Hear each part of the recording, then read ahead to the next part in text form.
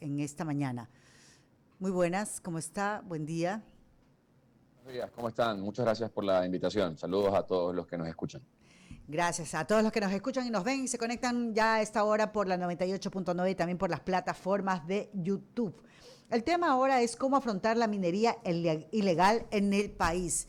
¿Cómo lo hacemos? Porque cuando hemos visto que definitivamente pues, se descubre que hay esta actividad ilegal, va la policía, se hacen los operativos, obviamente pues se desarma todo el campamento que se ha armado con maquinarias totalmente de punta y pues estos otra vez se vuelve a registrar y así es sucesivamente, pues no se detiene esta actividad ilegal. ¿A qué se debe? ¿Cuáles son los datos que ustedes tienen? ¿Por qué definitivamente es recurrente esto de insistir en esta actividad de forma ilícita? ¿Qué datos ustedes tienen? ¿Cómo nos pueden aportar un poco para poder encaminar el tema? Gracias. Bueno, primero hay que poner un poco en contexto, ¿no? La actividad minera en el Ecuador está plenamente regulada. La actividad minera tiene normativa específica. Tenemos una ley de minería, un reglamento de la ley de minería. Existe un reglamento para regular las actividades mineras desde la perspectiva ambiental. El sector minero tiene que obtener permisos de agua, de ambiente. Además debe cumplir con permisos pues, de orden municipal para poder realizarse. Es decir, la minería existe y solamente es una, ¿no? La minería, la extracción de un producto mineral puede ser metálico como no serlo. En cambio, la extracción ilícita, esta que comúnmente se la conoce como minería ilegal, es un foco totalmente distinto. Y lamentablemente se presenta de forma recurrente por varias razones, y estas razones yo creo que en el tiempo van a ir empeorando.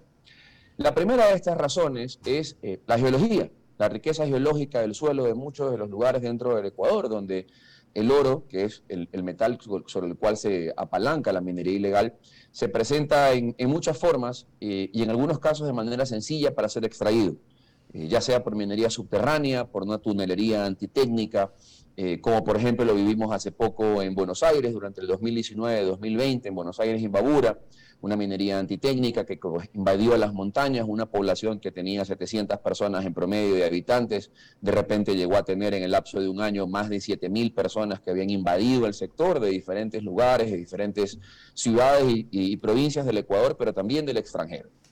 Lo mismo nos sucede, por ejemplo, hace poco sucedió en Isipingo, en el caso de Napo, donde la minería ilegal aluvial a través de la maquinaria pesada, que como tú señalas es muy costosa, también ha permitido la extracción de oro, del oro libre que se encuentra en las orillas, en las playas, en las riberas de la Amazonía.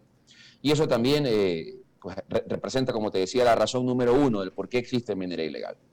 La segunda es probablemente la debilidad del Estado. El Estado tiene una única agencia de control y esa agencia de control regula no solo la actividad minera, sino también la actividad hidrocarburífera, también la actividad eléctrica, toda la generación eléctrica, transmisión, comercialización, y eso la convierte en una mega agencia con un mini presupuesto.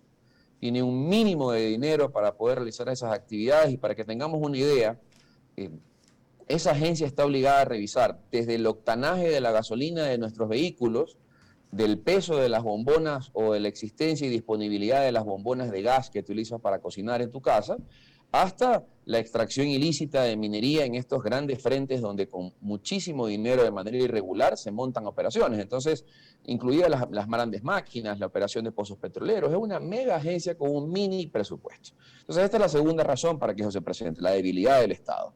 Y la tercera, y es probablemente la más preocupante, es que la minería ilegal, esta extracción ilícita, nace y crece financiada o por supuestos mineros legales de otras zonas o por mecanismos de financiamiento propios del lavado de dinero y del narcotráfico. Y esto es lo que hemos empezado ya a ver de manera así, permanente, en poblaciones como, por ejemplo, Ponce Enríquez. Ponce Enríquez es una población minera, un cantón minero que se encuentra en el Azuay, donde la misma autoridad local ha decidido impedir el control de esta agencia. Hay videos que han circulado en redes sociales donde el representante del gobierno local, del gobierno seccional de Ponce Enríquez, ha decidido no permitir ni siquiera el control de las autoridades, asumiéndose él también como una autoridad, pero sin competencia para regular o para controlar la actividad minera.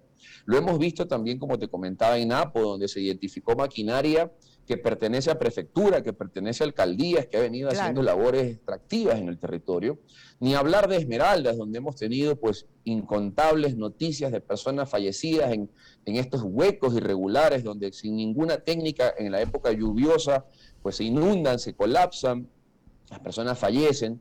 Y entonces esa actividad irregular, esa extracción de mineral irregular que no se puede comercializar formalmente, se comercializa en un mercado negro. Y ese mercado negro es el mercado que está o apalancando el lavado de dinero o apalancando el narcotráfico. Y entonces en ciudades como Guayaquil vimos hace poco un operativo en San Borondón, un operativo muy conocido de manera mediática, donde se presume haber atrapado a una persona relevante en estas operaciones irregulares vinculadas con el narcotráfico, y los bienes que tenía a su disponibilidad eran dinero en efectivo y barras de oro. Barras de oro que se obtienen de manera irregular en la mayoría de los casos. No sé si en ese caso lo sea, desconozco la particularidad, pero esa disponibilidad de oro permite que un recurso mineral, metal, que tiene un valor internacional y que puede ser canjeado por la moneda local en cualquier lugar del mundo, porque recordemos que el oro tiene un precio internacional que se fija por unas bandas de mercado de manera internacional, esa barra de oro vale lo mismo en cualquier sitio. Entonces con eso ya usted se olvida de llevar dinero, de llevar el papel moneda que se destruye, que se devalúa, que se lo puede de alguna manera verificar de su origen porque tiene pues códigos, etcétera. Usted usa una moneda universal como el oro, que además ha sido una moneda universal de las economías del mundo de antes de Cristo, ¿no? Entonces claro, eso es uno de los problemas. Entonces, esos son 3 problemas principales que se ven. Entonces, señor Gamboa, si tenemos todas estas debilidades, todas estas flaquezas por parte de esa estructura, ¿no verdad?, en donde definitivamente pues las otras organizaciones ya vemos que nos está ganando terreno en muchas áreas y pues definitivamente pues la actividad minera no es la excepción. ¿Cómo mejoramos esto? ¿Cómo definitivamente detenemos esta actividad de forma ilegal? ¿Cómo le ponemos un freno, una raya ahí para poder avanzar en lo otro? Y ya luego hablaremos también sobre lo que significa realmente la actividad minera legal en el Ecuador. O sea, esas ambigüedades que se dan, ¿no? De que por un lado hay la actividad ilegal y por el otro lado, pues a la actividad minera del país no le ha ido tan mal y obviamente pues ahí hay un contraste. ¿Cómo hacemos definitivamente para no solamente destacar esas debilidades y esas flaquezas que se tienen en el sistema, sino qué es lo que se puede definitivamente hacer ahí para poder ir mermando esa actividad ilícita, que no solamente genera un sinnúmero de dificultades en el tema del sector, sino también que van resquebrajando montañas enteras de una manera no tan técnica?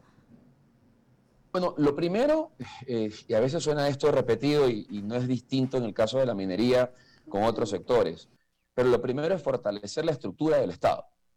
El Estado está recibiendo de la minería legal, de la minería que cumple con la normativa, de la minería que se ejecuta con responsabilidad, está recibiendo muchos ingresos que vienen de la parte tributaria, por el IVA que se paga, por las regalías en el caso de las minas que están en producción, por las patentes de conservación que se pagan por cada hectárea que se otorga a un concesionario minero, por el impacto positivo que tienen las exportaciones en la balanza de pagos. Las exportaciones mineras se convirtieron en el cuarto rubro, el cuarto rubro de exportación del Ecuador en el año 2021. Entonces, todo eso positivo que está recibiendo el Estado, además de lo positivo a nivel social, de generación de emprendimientos, de clúster minero, de encadenamientos productivos, la puesta en marcha de mano de obra técnica local, todo eso positivo debería obligar al Estado, y esto lo hemos dicho en muchos foros, debería obligar al Estado a fortalecer la institucionalidad, primero de la entidad de control, no tener una agencia que se preocupa de todo, esta mega agencia con un mini presupuesto, sino tener una agencia que que tenga correspondencia, que tenga proporcionalidad con el sector que tiene que regular. Eso es lo primero, ¿no? Tener una agencia de control especializada con un presupuesto suficiente. Segundo, es imperativo fortalecer y capacitar las estructuras no solo de la Policía Nacional, sino del Ejército Nacional, porque lo que hemos visto en la práctica es que la eficacia de los operativos de control en contra de la minería ilegal ya no es un tema de policía. es un tema de ejercicio militar. Nosotros en Buenos Aires, nosotros en Napo, en el oriente ecuatoriano, hemos visto y está documentado que los operativos militares son aquellos que realmente han tenido eficacia en el territorio. Ese equipo militar especializado que tiene la capacidad, que tiene la formación, que tiene las herramientas para llegar a los lugares más difíciles y combatir este fuego. Y tercero, es también que el Estado asuma el rol que le corresponde, y la ciudadanía y las empresas mineras también, de denunciar. Porque uno de los grandes problemas que tenemos en esto es que se cree que la actividad minera es un robo sin perjudicado. Porque como al final del día todo el recurso natural que se extrae pertenece al Estado, entonces claro, es como que no, si le roban a una persona, me roban a mí, yo pongo una denuncia en contra de quien me roba, pero como acá quienes roban es al Estado y es un robo pues imperceptible, digamos que es un delito sin víctima, se percibe de esa manera, entonces no hay denuncias, no hay procesos. Y hoy, y esto es algo que lo hemos venido trabajando también desde ciertos foros y lo estamos proponiendo hacia la Asamblea Nacional, es que se modifiquen ya no solamente, o sea, aprovechen no solamente la reforma de la ley de minería, sino por sobre todo que se modifique el Código Integral Penal, porque es vital denunciar no solamente a aquel que está dentro del territorio haciendo la extracción, porque ese probablemente es el menor de las personas en tema de relevancia de esa estructura.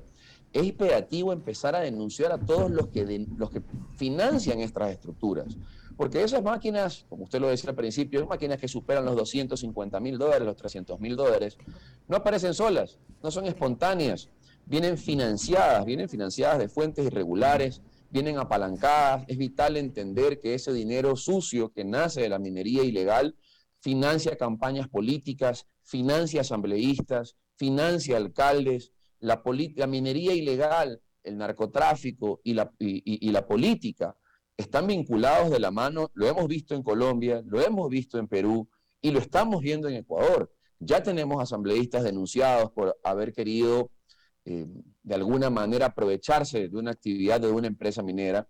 Tenemos gobiernos locales, tenemos alcaldes que están notoriamente vinculados, que asimismo se denominan mineros y que protegen sus frentes de minería irregular o de minería ilegal, abusando de ese poder que han adquirido como representantes de gobiernos locales, impidiendo que la Autoridad de Control Nacional ingrese a verificar sus operaciones. Entonces, estos tres elementos son vitales. Hay que independizar y fortalecer la agencia. Hay que fortalecer e incluir inmediatamente a las operaciones y de control, no solo a la policía, sino al ejército. Y tercero, hay que denunciar. No podemos quedarnos esperando que la política de ciertos sectores se apalanque en una minería ilegal y en consecuencia luego se vuelvan amos y señores en territorios independientes del país. Mucho que hacer, definitivamente. Estamos conversando con Steven Gamboa, miembro de la Cámara de Minería del Ecuador. A esta hora ya se suma Ramiro Cepeda y Jaime Velázquez. Buenos días, Verónica, Jaimito, ¿qué tal? ¿Qué tal? Buenos días a todos. Buenos días, Ramiro Cepeda le saluda. ¿Se puede hacer minería sin contaminar el medio ambiente, sin dañar el ecosistema? ¿Se puede hacer minería? Y cuando hablo de minería legal. Por supuesto. Bueno, hay que tener una cosa clara. No existe actividad del hombre que no genere un impacto ambiental.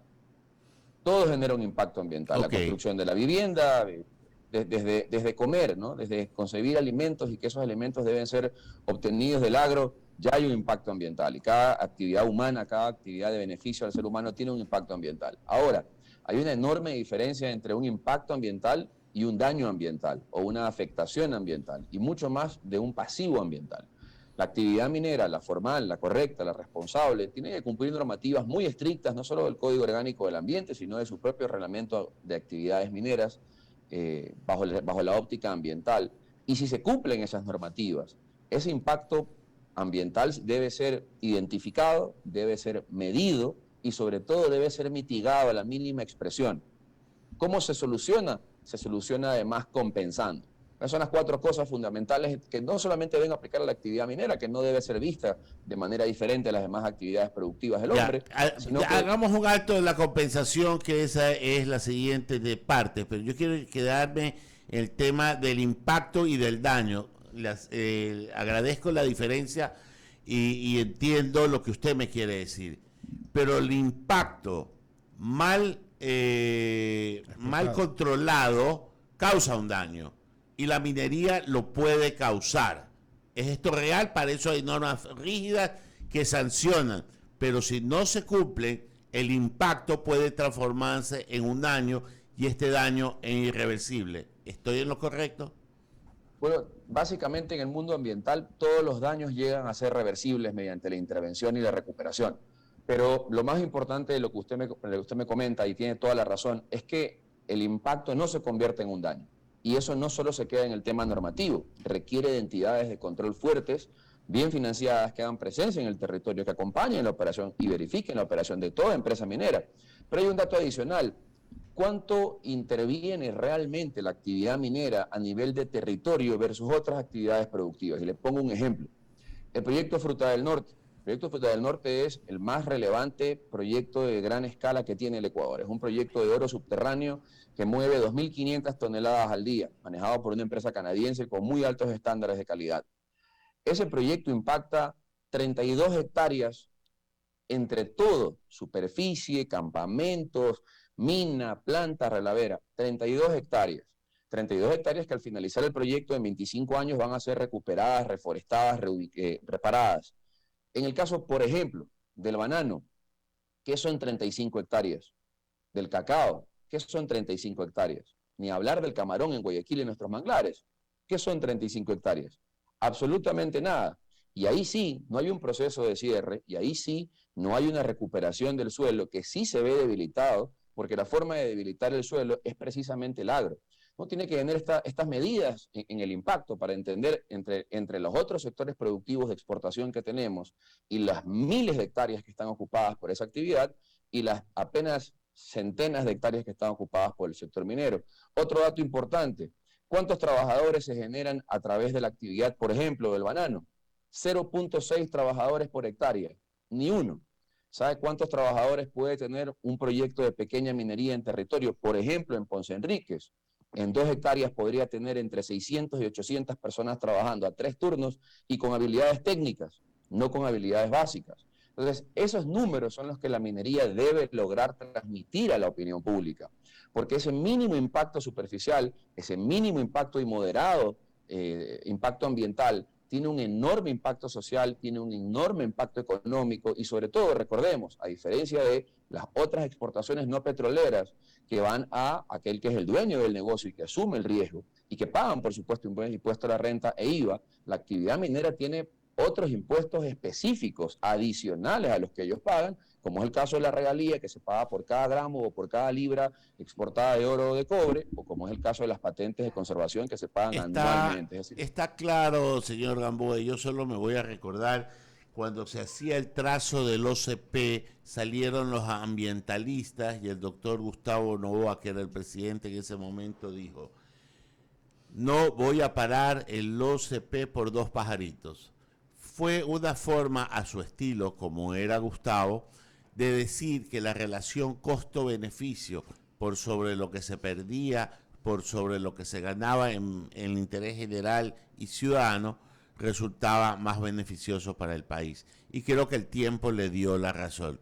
Así que hay que manejar, yo entiendo que el mundo no se puede parar, que la economía debe moverse y que los recursos son necesarios para sostener a un país. Así que hay que hacer las cosas bien. Así es. Agradecemos a Steven Gamboa, miembro de la Cámara Minera del Ecuador. Realmente todo trabajo, toda exploración, explotación, extracción, de manera equilibrada puede dar réditos y puede dar frutos. Recordemos que Ecuador alcanzó el nivel de exportación minera mensual más alta en su historia en enero del 2022 con 271.85 millones. Las exportaciones mineras de enero del 2022 superan en un 6% al anterior récord mensual que fue y que se registró en abril del 2021, mes en el cual en cambio se alcanzó 255.88 millones. Le agradecemos a Steve Gamboa. Antes, perdona de Verónica, solamente tuve un contratiempo y a Ramiro y a Steve, buenos días. Es Eduardo Mendoza Paladines, tuve un contratiempo, ando con un difónico. Yo he tenido un tema que a mí me preocupa, Steve, y perdóname. Ayer vi en el Perú dos bandas de minería ilegal entrándose a bala a la policía. Ayer vi lo de Buenos Aires, pero la gente no lo entiende. No entiende qué es lo que pasa con la minería ilegal Y yo te digo, porque vi incluso en el Universo que es uno de los temas que Derechos Humanos está diciendo que atenta contra el mundo, no solamente por el tema ambiental, sino porque ahí se filtran una serie de elementos, armas, trata de personas, plata, en Colombia lo llaman dineros calientes. Entonces, mi pregunta a ti, Steve, en el Ecuador se está haciendo lo suficiente. Las autoridades les están dando bola porque yo entiendo que están peleando una guerra terrible contra la delincuencia organizada, contra la delincuencia común, pero esto es tan terrible como lo demás. Es otra guerra, Steve Cambó. Yo te diría, Eduardo, gusto en saludarte, yo te diría que es la misma guerra. Eso es parte de lo que hemos venido conversando y hemos venido proponiendo incluso a nivel de reformas del Código Integral Penal. Porque es la misma guerra. El dinero del narcotráfico, el dinero que se genera y que se requiere lavar, como el lavado de activos, el dinero que financia estos procesos de minería ilegal, todo va de la mano, todo va de la mano. Un narcotraficante en frontera encuentra una moneda mejor que el dólar para poder transformar su riqueza, y esa es el oro. Y ese oro no lo va a obtener de un proyecto minero formal que tiene que exportar y regular y reportar, lo va a obtener de la minería ilegal, en consecuencia la va a financiar. Y tú tienes toda la razón, la minería ilegal no es un delito aislado, y eso es lo que nosotros tratamos de proponer en estas reformas.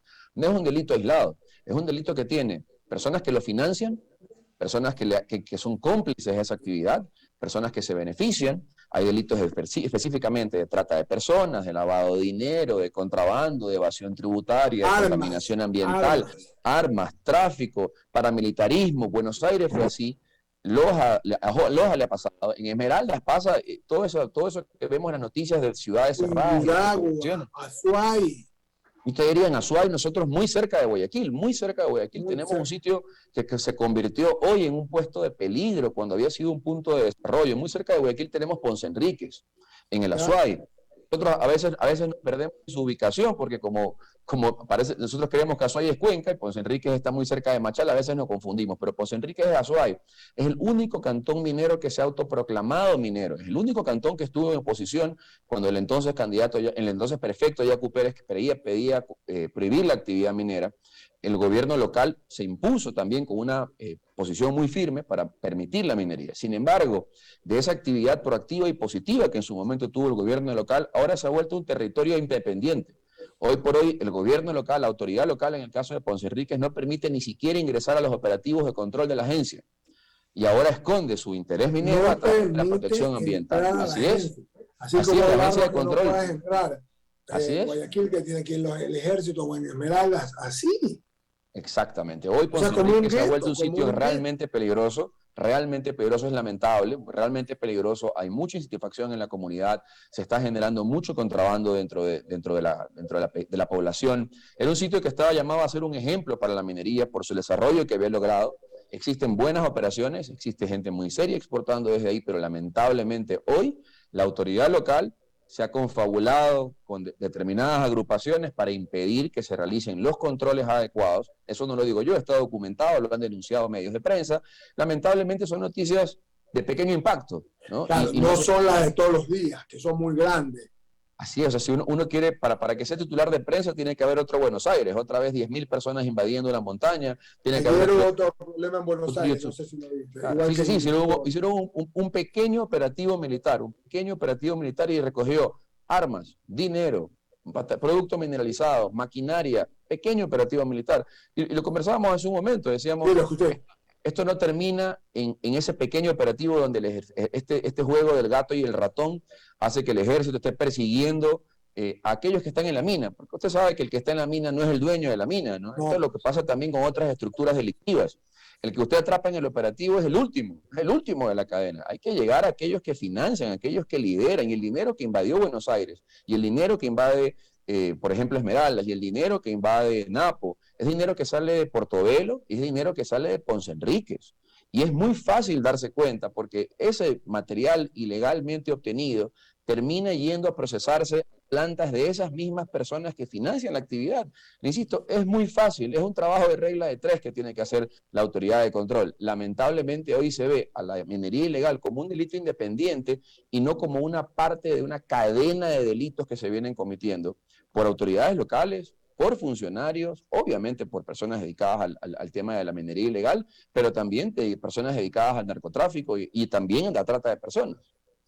Yo te voy a invitar con mis compañeros de diálogo la próxima semana para que antes de hablar de las autoridades veamos el daño ambiental que causa la minería ilegal, el daño que causa al Ecuador, para luego de esta entrevista hacer una más para hablar concretamente de puntos específicos, de qué pasó cuando la autoridad y por qué la autoridad no ha actuado. ¿Te parece? Sí, encantado, estaré encantado. Pero mientras tanto, repito, en el universo se hablaba del tema de los derechos humanos, de la minería ilegal, esto es el día del domingo, incluso cosas que se van a tratar en